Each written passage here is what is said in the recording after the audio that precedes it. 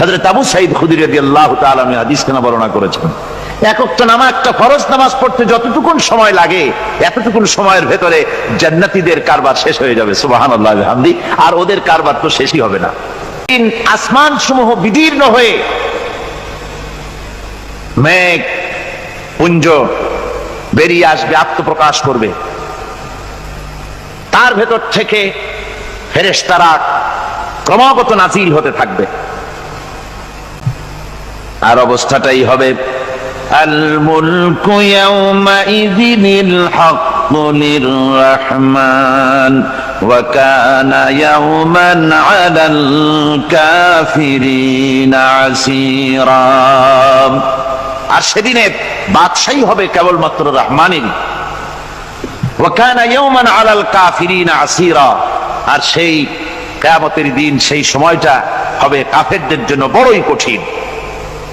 এখানে কিয়ামতের কিছু কথা বলা হচ্ছে, কিছু আভাস দেওয়া হচ্ছে যে আসমান সমূহ বিদীর্ণ হয়ে মেঘ পিণ্ড বেরিয়ে আসবে এবং তার থেকে ক্রমাগত ফেরেশতারা নাজিল হতে থাকবে। আল্লাহর হাবিব বলেছেন, কেউ যদি কিয়ামতের দৃশ্য দেখতে চায় সেজন্য সূরা ইজা শামসু কুবিরাত ওয়া ইজা সামাউ ফাতারাত ইজা সামাউন শাক্কাত, এই সূরাগুলি যেন পড়ে, তাহলে কিয়ামতের দৃশ্য তার চোখের সামনে প্রতিভাত হবে। কিয়ামতের দৃশ্যটা আসলে কেমন হবে সেই সূরাগুলি তেলাওয়াত করলে সে বুঝতে পারবে। যেমন আল্লাহ পাক বলছেন, ইজাস সামাউ ফাতারাত ওয়া ইযাল কাওয়াকিবু তাসারাত ওয়া ইযাল বিহারু ফুজ্জিরাত ওয়া ইযাল কুবুরু বুসিরাত।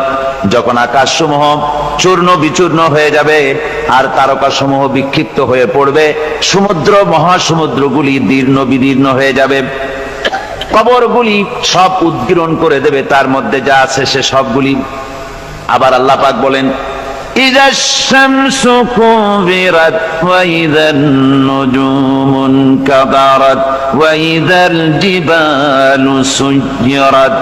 সূর্য যখন ঢেকে যাবে, তারকাগুলি যখন বিপর্যস্ত হয়ে যাবে আর পাহাড়গুলি যখন চালিয়ে দেওয়া হবে, এই দৃশ্য তোমরা দেখতে পাবে। فإذا النجوم طمست وإذا السماء فرجت وإذا الجبال نسفت। সেদিন অবস্থা এমন হবে, সমস্ত তারকাগুলি স্তিমিত হয়ে যাবে আর আকাশসমূহ দীর্ণ বিদীর্ণ হয়ে যাবে। আর দেখতে পাবে পাহাড়গুলি, সমস্ত পাহাড়গুলিকে উড়িয়ে দেওয়া হবে। আবার অবস্থা আরো কি হবে, فإذا برق البصر وخسف القمر وجمع الشمس والقمر। যখন চক্ষু বিস্ফারিত হয়ে যাবে মানুষের, চাঁদ আর সূর্য নিষ্প্রভ হয়ে যাবে, সব একাকার হয়ে যাবে, চন্দ্র এবং সূর্য তার অস্তিত্বকে হারিয়ে ফেলবে। শুধু তাই নয়, ওয়াহুমিলাতিল আরদু ওয়াল জিবালু ফাদুক্কাতা দাক্কাতাও ওয়াহিদা। জমিন ও পাহাড়গুলির মধ্যে সংঘর্ষ লাগিয়ে দেওয়া হবে আর তা এক ধাক্কায় জমিন এবং সমস্ত পাহাড়গুলি চূর্ণ বিচূর্ণ হয়ে যাবে। সুবহানাল্লাহি ওয়া বিহামদিহি।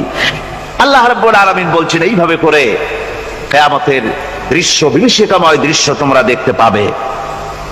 আর সেদিনের রাজত্বটা কার হবে?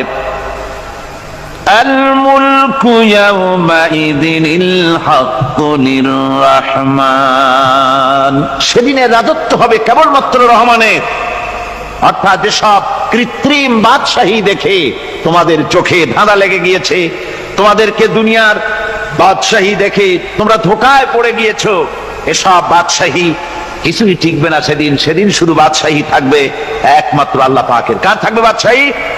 যারা বলেন কার?